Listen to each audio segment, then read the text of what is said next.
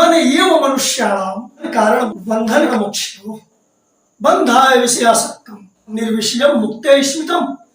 आज का जो हमारा टॉपिक है वह है वैदिक साहित्य। दरअसल बच्चों ने मांग किया था कि वैदिक साहित्य पर सर एक वीडियो बनाइए, क्योंकि कंफ्यूजन बहुत होता है, कौन किसका ब्राह्मण ग्रंथ है, कौन किसका, मतलब तो मुझे एक सिनेमा का डायलॉग याद आ रहा है। हालांकि मेरी अपनी कोई बहुत रुचि नहीं है, लेकिन प्रासंगिक दिख रहा है तो सुना दे रहा हूँ। और वो भी शायद इसी तरह से है, मैं कंफर्म भी नहीं हूँ, कि इतने टुकड़े करूंगा कि रोने वाला नहीं समझ पाएगा कि कौन सा टुकड़ा पकड़ के और रोऊं। दरअसल आज पढ़ाई की यही स्थिति हो गई है, खरी खोटी बात यही है। एक टुकड़ा वहां से कहीं पढ़ लिया गाइड में, एक टुकड़ा वहां से कहीं पढ़ लिया, एक टुकड़ा वहां पढ़ लिया, एक टुकड़ा वहां पढ़ लिया, हो गई खिचड़ी।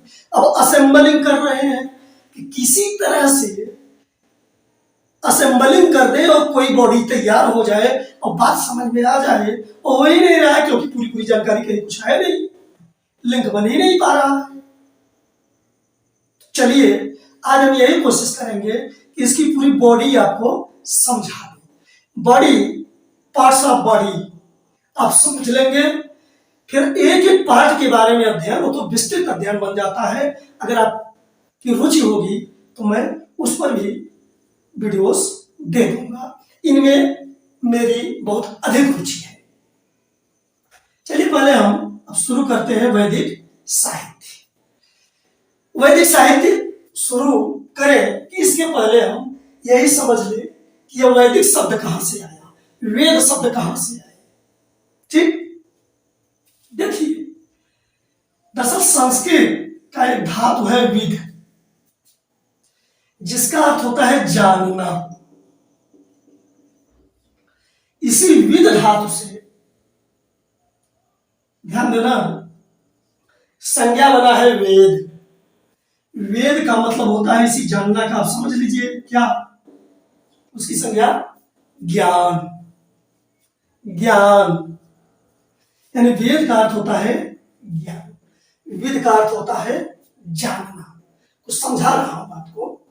अब इसी वेद में संस्कृत का ठक प्रत्यय जुड़ता है या हिंदी का इक, तब यह बन जाता है वैदिक, जिसका अर्थ होता है वेद से संबंधित। ठक प्रत्यय जुड़ता है या इक प्रत्यय तो से संबंधित अर्थ निकलता है। तो वेद में इक प्रत्यय जुड़ा, वैदिक यानी वेद से संबंधित, जैसे धर्म से धार्मिक, अर्थ से आर्थिक, विज्ञान से वैज्ञानिक, इतिहास से ऐतिहासिक, इस तरह से शब्द बनते हैं। ठीक, अब आप समझ गए वैदिक कहां से आया। एक शब्द विद्या सुनते होंगे, विद्या, वह इसी विद से बना है। देखिए ध्यान से, विद माने जानना, विद्य, विद्य का मतलब होता है जानने योग्य, और इसी का स्त्रीलिंग बन जाता है विद्या, जानने योग्य, जिसे आप जानते हैं, जानना चाहते हैं, वह है विद्या, क्योंकि वह जानने योग्य है। इसी से बना है विद्वान। आशा है आप इसको भी समझ गए, जरूरी था कि अभी आप जाने। अब हम शुरू करेंगे मूल विषय अपना, वैदिक साहित्य। चलिए अब वैदिक साहित्य या वाङ्मय, वाङ्मय का मतलब भी साहित्य होता है, वाक धनमय, वाङ्मय। तो वैदिक साहित्य की जब हम चर्चा करते हैं तो वास्तव में इसके चार भाग हैं। अब उन्हीं चारों भागों को मिला करके हम वैदिक साहित्य का रूप देते हैं उसको। और वो कौन कौन से हैं आप जानते हैं, हमने कहा ना कि बॉडी से आपको परिचित करा रहे हैं, आप क्रम से देखते चलिए। पहला नंबर है संहिता। संहिता, दूसरा ब्राह्मण ग्रंथ, तीसरा आरण्यक और चौथा उपनिषद। एक क्रम से यही चार मिलकर के वैदिक साहित्य को पूरा कर देते हैं। इसके बाद भी कुछ इन पर लिखे गए हैं, ठीक, लेकिन वास्तव में यही 4 वैदिक साहित्य को पूरा कर देते हैं। देखिए यहां संहिता पर अभी हम पहले विचार कर ले रहे हैं, फिर ब्राह्मण ग्रंथों पर, फिर आपको जो दिक्कतें आती हैं कि कौन किसका ब्राह्मण ग्रंथ है, कौन किसका आरण्यक है, घबराइए मत, अच्छी तरह से आप आज रट लेंगे, क्योंकि आपको चाहिए ट्रिक, और मैं ट्रिक का भी मास्टर सिखा दूंगा आपको। संहिता अब हम एक एक करके पढ़ेंगे। ये 4 भाग आप समझ गए ना, संहिता, ब्राह्मण ग्रंथ, आरण्यक, उपनिषद। संहिता क्या है? संहिता या श्रुति, दरअसल जब आप वेद कहते हैं, वही 4 वेद जिसे आप जानते हैं, ऋग्वेद, यजुर्वेद, सामवेद, अथर्ववेद, यही संहिता है। इन्हें श्रुति भी कहते हैं। क्यों कहते हैं? संहिता का मतलब ही होता है कलेक्शन, इकट्ठा की हुई। दरअसल ये जो संहिता है, यह वैदिक साहित्य का मंत्र भाग है। इसमें मंत्रों का संकलन है, या आप यूं समझिए कि जो वेद है इनमें मंत्र है। ये जो मंत्र है, ये किसी अकेले व्यक्ति ने बैठ करके लिख नहीं डाला। ये वेद कहा जाता है कि अपौरुषेय है, यानी पुरुष द्वारा इनकी रचना नहीं की गई है, या कह लीजिए कि मनुष्य द्वारा इनकी रचना नहीं की गई है। कहा जाता है कि भगवान ब्रह्मा उस पर ब्रह्म के शब्द से वेदों के मंत्र को सुने, और वो आगे ऋषियों मुनियों को बताए, और यह परंपरा एक दूसरे को सुनाने की चलती रही। इसीलिए इसको श्रुति भी कहते हैं।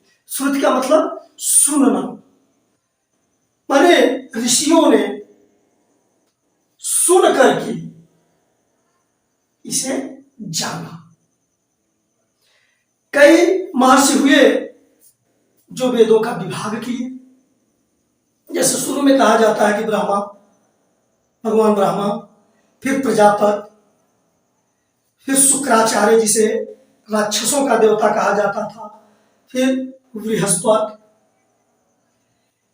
अब यह कहा जाता है कि कृष्ण द्वैपायन वेद व्यास, जिसे कभी कभी वेदों के रचयिता कह देते हैं लोग, ऐसा नहीं है, वो विभाग किए थे इसका।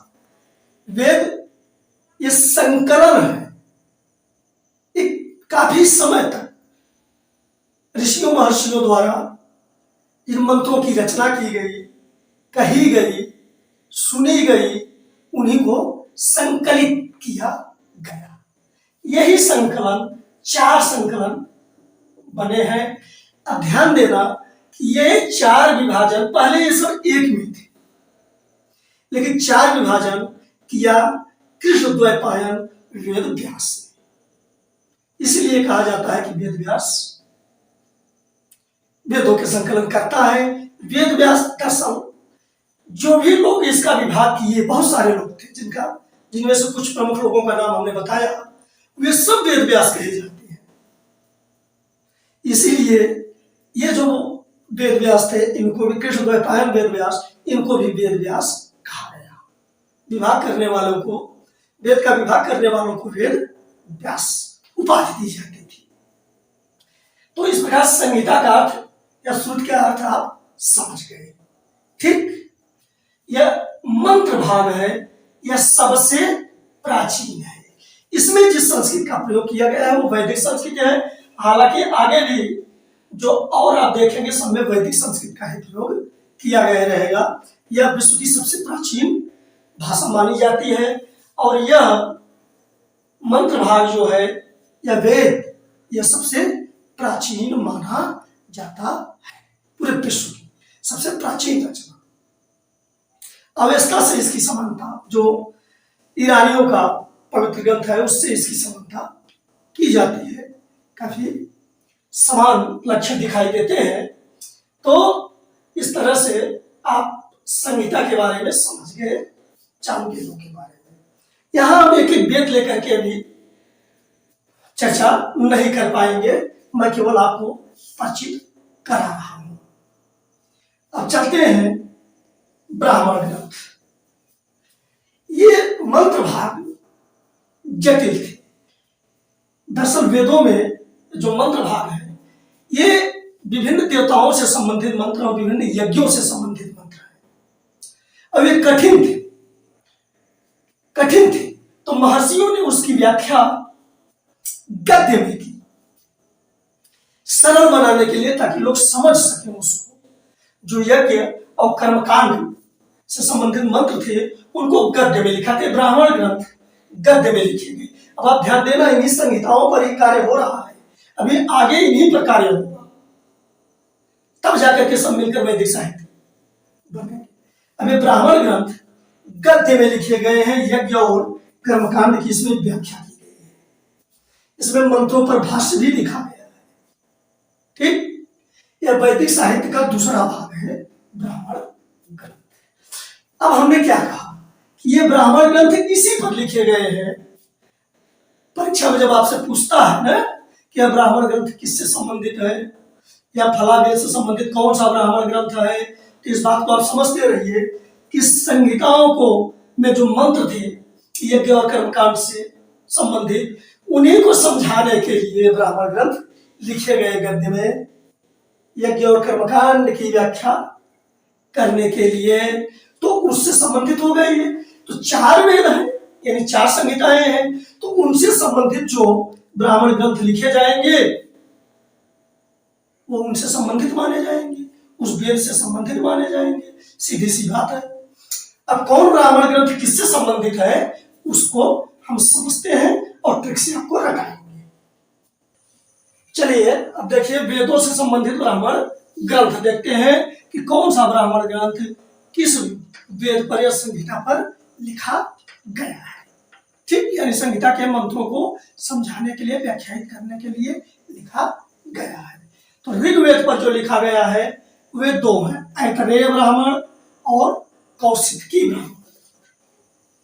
ऐतरेय और कौशिकी।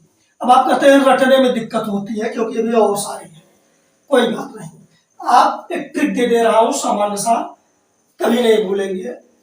आय, इसमें से आय ले लिया, कौशिक ऋग्वेद पढ़, किसी का नाम समझ लीजिए कौशिक है, आप उसको कह रहे हैं अय कौशिक ऋग्वेद पढ़। कौशिक नाम है किसी का, अय संबोधन है, अय कौशिक ऋग्वेद पढ़। ऋग्वेद पढ़ का मतलब ऋग्वेद पढ़ जो है सहायक के लिए आया है, सहायता, ताकि ट्रिक अच्छा बन सके। बाकी ऋग्वेद आ गया तो इसका मतलब ऋग्वेद से संबंधित अय और कौशिक, यानी ऐतरेय और कौशिक की आप आसानी से आप कर सकते हैं। चलिए, यजुर्वेद आप जानते हैं किसके क्या कहते हैं, 2 भाग हैं, एक शुक्ल यजुर्वेद और एक कृष्ण यजुर्वेद। अरे जैसे उजाला पक्ष और अंधेरा पक्ष होता है ना, पक्ष में महीने भर में 15 दिन उजाला पक्ष, 15 दिन अंधेरा पक्ष, तो वही उजाला वाला भाग शुक्ल होता है। इसमें पक्ष नहीं है, ये महीना नहीं है, मतलब एक भाग शुक्ल यजुर्वेद और एक कृष्ण यजुर्वेद। कृष्ण मतलब काला, इसलिए बता रहे हैं ताकि ये आपके दिमाग में बैठ जाए। वो अंधेरा पक्ष और काले पक्ष से यहाँ कोई, और उजाले पक्ष से इसमें कुछ इसका कोई संबंध नहीं है। तो शुक्ल यजुर्वेद से संबंधित है शतपथ। ठीक, ये बहुत महत्वपूर्ण ब्राह्मण ग्रंथ है। पुरूरवा उर्वशी की कहानी या प्रेम कहानी सुने होंगे, उसका वर्णन इसी में। और भी मृत्यु की चर्चा या पुनर्जन्म की चर्चा इसमें भी है। बृहदारण्यक परिषद में भी है, तो इस तरह से बृहदारण्यक में भी मिलता है यह। अब शतपथ, अब इसको रटना है, शुक्ल यजुर्वेद और शतपथ। तो क्या है, स से आप रटे रहिए, शुक्ल स शुक्ल यजुर्वेद शतपथ। ऐसा और कहीं संयोग नहीं है कि आपको भ्रम हो। और कृष्ण यजुर्वेद के 4 हैं ब्राह्मण ग्रंथ, तैत्तिरीय, मैत्रायणी, कठ और कपिष्ठ। अब ये सब मिलकर के यजुर्वेद के बन जाएंगे, इतना तो आप समझ ही रहे हैं। अगर केवल यजुर्वेद से संबंधित पूछ रहा है, शतपथ दिया है, तो आप यजुर्वेद बताइए। उसमें कृष्ण यजुर्वेद, शुक्ल यजुर्वेद भी बांट के पूछ रहा है, तो आप स से शुक्ल यजुर्वेद बताइए। और ये कृष्ण यजुर्वेद वाला है, यह भी आप यजुर्वेद में बताइए। और अगर कृष्ण यजुर्वेद कर रहा है तो स का यजुर्वेद शुक्ल यजुर्वेद से संबंधित करके बाकी को कृष्ण यजुर्वेद में आप समझिए। इसको भी ट्रिक से हटा दे रहा हूं। तैत्तिरीय मैत्रायणी कठ का पिष्ठल, संक्षेप में रख लीजिए, तैमय काठ का पिस्टल। तैमय काठ, काठ समझ रहे हो ना, का पिस्टल, पिस्टल तो समझ रहे हैं। आज के लोग तो ज्यादा समझ रहे हैं। तो तैमय काठ का पिस्टल माने तुम, मैं काठ का पिस्टल हूं। अब इतना तो बहुत कठिन नहीं है। तो तय मतलब तैतरीय, मैं मतलब मैत्रायणी, काठ का अर्थ आप कठ समझिए। हालांकि एक कठ उपनिषद भी है, यहाँ भ्रमित मत होना, यहाँ कठ जो है ब्राह्मण ग्रंथ है। काठ का अर्थ आप कठ समझिए और का पिस्टल को पिस्टल समझिए, उतना आप समझ लेंगे, बड़ी आसानी से पहचान कर लेंगे। सामवेद, अब सामवेद से संबंधित कौन से ब्राह्मण ग्रंथ है? प्रौढ़, षड्विंश, आशय, मंत्र, जैमिनी। अब होगी दिक्कत आपको रटने में, आप इसको मत रटिए। ठीक कर रहा हूं ना? चलिए, क्यों मत रटिए? आप जब इनको रट लिए आसानी से, तो अब आप अथर्ववेद वाला रख लीजिए। बाकी जो बचा वो आप जान लीजिए सामवेद से संबंधित है। वैसे आप देखते रहेंगे तो देखते देखते याद हो जाता है। तो अथर्ववेद का है गोपथ, अथर्ववेद का गोपथ, इसका ट्रिक बना दिया हमने, अथर्व गो। मान लो अथर्व आपके बेटे का नाम है, ना बेटा हो तो कोई हो, भतीजा हो, किसी दूसरे का बेटा हो, मान लीजिए अथर्व नाम है और उससे आप कह रहे हैं थोड़ा अंग्रेजी में, अथर्व गो, अथर्व गो जाओ। तो अथर्व गो का मतलब हुआ अथर्ववेद का गोपथ। तो जब अथर्व का गोपथ आप जान लीजिए, जान गए, अकौशिक ऋग्वेद पढ़ रहे, अकौशिक की ऋग्वेद का जान लिए, शतपथ से शुक्ल यजुर्वेद जान लिए, तैत्तिरीय मैत्रायणी कठोपनिषद, तैमय काठ का पिस्टल, कृष्ण यजुर्वेद जान लिए, तो बाकी जो बचा हुआ सामवेद का है। आशा है आप समझ रहे होंगे। आगे बढ़िए, तीसरा भाग देखते हैं वैदिक साहित्य का, आरण्यक। आरण्यक क्या है? ये ब्राह्मण ग्रंथों के कुछ अंतिम अध्याय ऐसे होते थे जिनका अध्ययन गृहस्थ नहीं करते थे। ब्राह्मण ग्रंथों में क्या है? कर्मकांड की व्याख्या, यज्ञ की व्याख्या। तो जो गृहस्थ नहीं करते थे, कुछ ऐसे अंतिम अध्याय थे, तो उनको अरण्य में पढ़ा जाता था, यानी जंगलों में। भाष्यकार शायद ऐसा कहते हैं, या अरण्य में वही ब्राह्मण ग्रंथों के जो भाग है, आप ध्यान देना, उनको अरण्य में पढ़ा जाता था। अरण्य मतलब जंगल, इसलिए उनको आरण्यक कहा गया। अब ये आरण्यक भी क्या है? ब्राह्मण ग्रंथ की तरह गद्य खंड है। पहला संहिता था वैदिक साहित्य का, दूसरा ब्राह्मण ग्रंथ, और ये आरण्यक जो है वैदिक साहित्य का तीसरा भाग है। और संहिता पर पहला भाष्य ब्राह्मण ग्रंथ, तो दूसरा भाष्य आरण्यक लिखे गए, जो ब्राह्मण ग्रंथ से ही संबंधित है। अगर आप ब्राह्मण ग्रंथ जानते हैं वेदों से संबंधित, तो आप आरण्यक भी जानते हैं, समझ लीजिए। ये आरण्यक कर्मकांड पर चुप है, इनमें कर्मकांड की चर्चा नहीं मिलती। ये दर्शन, ज्ञान और अध्यात्म की बात करते हैं, इनकी चर्चा मिलती है। यानी उस जंगल में जो वानप्रस्थी होते थे, जो गृहस्थ छोड़कर चले गए होते थे, वही इनकी चर्चा। अब वो भला गृहस्थ के कर्मकांड की चर्चा क्यों करेंगे? तो दर्शन, ज्ञान और आध्यात्म की चर्चा करते थे, जो मानव जीवन में प्रायः देखा जाता है।